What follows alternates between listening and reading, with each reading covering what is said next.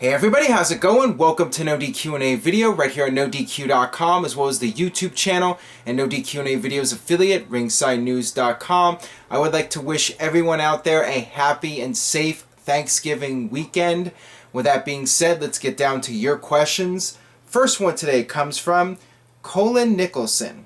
Since WWE has screwed Roman Reigns twice, do they owe him a win on the biggest stage? I definitely think Roman Reigns will get the big push heading into WrestleMania. I think he will be one of the featured players at that event. I think there's a good chance he'll be going for the WWE title. I would be shocked if Roman Reigns does not win the WWE title from Sheamus at either TLC or the Royal Rumble. I would be absolutely shocked if that did not happen. I think that Roman Reigns is the guy WWE's trying to push. I think they're trying to make fans feel sympathetic towards Roman Reigns by having him get screwed out of the WWE title, just like Daniel Bryan was screwed in 2013, and Reigns has to keep fighting and fighting, and finally when he wins the title, WWE's hoping that fans will accept him as champion because he had to work so hard to get to the title. I think that Roman Reigns will probably be in one of the key matches at WrestleMania. Now, who will be his opponent? That remains to be seen. I think it's going to come down to one of two people, and that leads me to my next question here from Steven.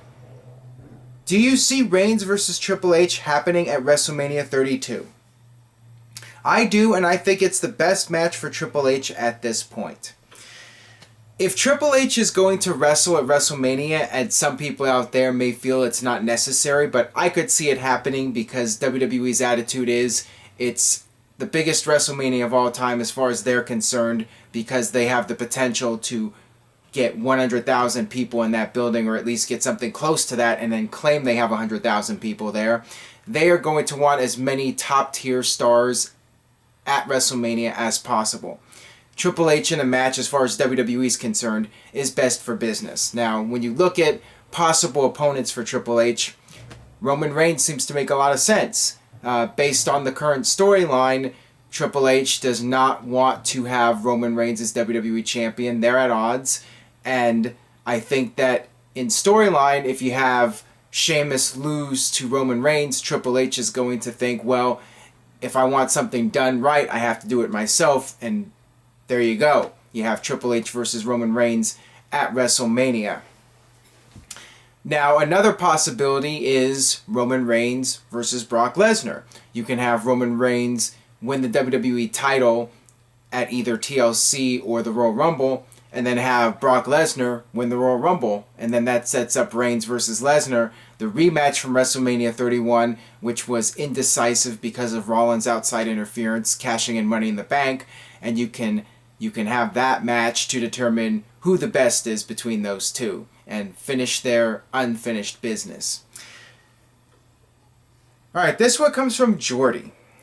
Hey Aaron, what are your thoughts on real Mick Foley's thoughts on the current state of WWE? Legends are starting to tune out. I'm really happy that Mick Foley is speaking out because, let's face it, he has a much louder voice than I do, and that's not just the physical voice, that's the figurative voice. Mick Foley has a huge presence in the world of wrestling. He's one of the most famous superstars from the Attitude Era, and people will listen to him. When he says something, people will take it seriously because he's a legend, and I think that we need more legends speaking out. The more people that speak out, I think WWE has to take notice, and when Mick Foley says something, he can rally up people, he can get people behind the cause to make a real change in WWE. I'm glad he did that. I'm definitely happy that he's speaking out, and I hope more people will continue to do so in the future. Alright, this one comes from Beast Slayer. Maybe if everyone just stopped watching Monday Night Raw for WWE to change their product. Your thoughts? It's going to take more than that. As I mentioned in a previous edition of NoDQ&A video, the only way WWE is going to feel they have to make change is if they are losing money.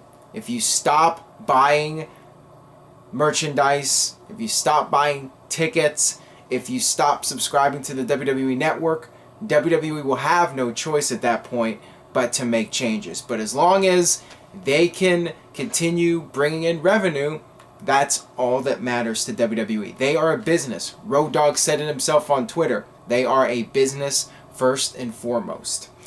So just tuning out is not going to make that much of a difference. As long as the ratings are even halfway decent, USA Network will remain happy, and WWE has several years left with their USA Network deal. Even if ratings took a significant dip, WWE always has the opportunity to get those ratings back up by bringing back more names for the past or putting band-aids on a larger problem. But is it really a problem if they're still bringing in the revenue? So you really want to make a difference, you have to stop giving WWE money. Alright, this one comes from WWE Tweets. Not Great Khali. Well, that's good to know. Which would you pick as the best and worst year of the last decade in terms of the overall WWE product? Storyline, talent, etc. I think that WWE has slowly gotten worse creatively over time, but I think the in-ring product has improved in recent years. I would have to go with 2005 in terms of the best creative year for WWE over the past decade. Past 2005, I think I would go with 2011. When The Rock came back, things got shooken up a bit. And then the whole CM Punk pipe bomb in the Summer of Punk. I mean, that was a period when watching WWE television got fun again. I would have to go with 2011. Worst year? Definitely 2015 without question. This year has just been, from a creative standpoint, in my opinion, WWE's worst year creatively since the mid-1990s, 1995. It's gotten really bad for me. Just the shows have no creativity. It feels like I'm watching the same thing every single week. There are no real storylines. It's just guys going out there and having matches, and whatever storylines WWE does present to the audience, it's the same thing that they've done in recent years. Perfect example, this whole idea of Sheamus cashing in Money in the Bank. It's just a repeat of when Randy Orton cashed in on Daniel Bryan and became the Authority heel champion. We're just seeing an exact repeat, not even of something from 10 years ago, something from 2 years ago. It's ridiculous. Alright, this one comes from Jimmy Shooker. Hey Aaron, have WWE ever booked so horribly to the point where they almost lost you as a fan? And if so, when? Please answer in video. Well, as a kid, the only time I really lost interest in WWE for a period of time was probably the end of '92, like after SummerSlam. Once Hogan was gone, Piper was gone, Sid was gone, all these top stars were gone, and as a kid, I had lost interest for a while, but I did gain interest again, and there hasn't really been a time where I wanted to stop watching WWE all that much. It was easier back then because you had Nitro and you had competition, and wrestling was more fun to watch overall during that period. I think since I started the website, the only time where I felt so frustrated, like I just wanted to give up the website, was 2001 after the Steve Austin heel turn. I was really frustrated with the Austin heel turn and the direction of WWE. And then, I got interested again when the invasion started, and then once the invasion started to go nowhere, I got frustrated again. And then by early 2002, I was more or less consistently, at least somewhat interested in what WWE was doing. And then, as the website grew, it became more of a necessity to follow it. If I didn't have the website, I probably would not be watching WWE television right now, or even subscribing to the network. Maybe I would subscribe to the network for the old content, but I would not advise people to do it if they want to see real change in WWE. Alright, this one comes from Jordan. Hey Aaron, do you think WWE will ever be great again in terms of them making new stars and good storylines?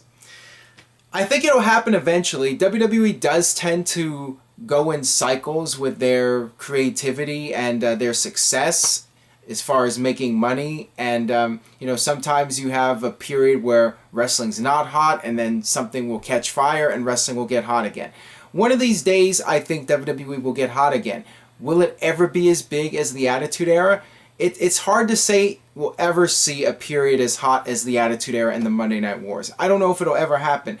I find it very hard to believe that it'll ever happen. But of course, I'm hoping one day WWE will get red hot and wrestling will enter a new glory period.